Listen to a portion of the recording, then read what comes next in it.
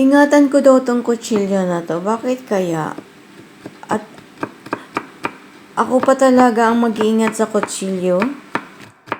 Kasi daw, ang mahal ng bili ng anak niya na chef ng kutsilyo na to, 1,000 shekel.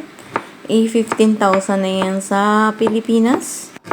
Alam niyo ba, itong kutsilyo na to, ilang beses na akong nadali nito. Natapis ba naman ang aking kuko at yung ibang laman ng aking daliri? So, yun talagang kutsilyo ang iingatan ko, ang sabi ng employer ko. Oh my God naman talaga. Alam nyo ba, hindi lang ako ang nadadali nito. OMG talaga, maraming OMG. Pati yung bossing kong lalaki, ay nako, grabing nagawa sa kanya. Halos half ng kanyang finger na naputo ng kutsilyo na yan, nakasama sa gulay na kanyang hinihiwa. Yak! Oh my God! At nung nangyari yon, tarantang-tarantang aking boss na babae. Hindi niya alam kung saan kukunin yung mga itatapal niya sa finger ng kanyang asawa. Oh my God! Hanap siya ng pang-bandage. Oh my God! At galit na galit sa akin, saan ko daw nilalagay yung mga bandage niya. Galit na galit ba naman sa akin yung employer ko? Kasi yung mga bandage daw, kung saan-saan ko nilalagay. Paano ko naman saan-saan ilalagay na siya ang nagagamit ng bandage na yon? Siya kung saan-saan niya nilalagay at makalimutin na siya, ayan, tanong ng tanong sa akin. In fairness, talaga naman magandang ihiwa ang kutsilyo na to. Tingnan nyo naman, oh. Ganadong-ganado ako mag-slice. Ayan, napaliit ko pa yung pipino. Lalagay ito sa salad. Ay, nako naman talaga. Grabe talaga ito si Bossing. Nakakatuwa. Alam niyo ba, may kwento itong kutsilyo na to?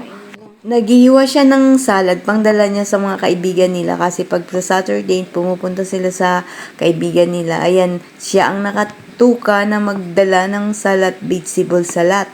Yun, nanghiwa siya ng hiwa ng vegetable at nahiwa niya yung kanyang finger. At alam niyo ba, tawang-tawa ako kasi yung nahiwa na part ng kanyang finger, isinali na niya doon sa salad at tinimplahan niya na yun. At sabi niya, huwag kang maingay, Maria. Oh my God, ngayon nalaman niyo na ang sikreto ng aking amo. Isinama niya yung laman ng kanyang finger doon sa salad at kinain naman yun ng mga kaibigan niya. OMG Kadiri. Oh, grabing kwenta ng aking amo talaga. Grabe. Kaya mula ngayon, hindi nakakain ng vegetable kasi ayan at pati pala yung kuko ay naihalo sa vegetable. Yuck!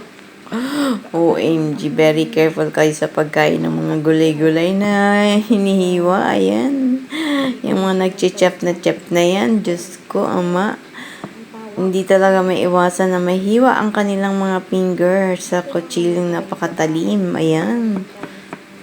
So, ito palang sinasabi ng aking employer na ingatan ko ang kutsilyo. Ba't ingatan ko ang kutsilyo? Oh, baka ako ang dapat mag-ingat sa kutsilyo. Ayan naman. Klaro, di ba?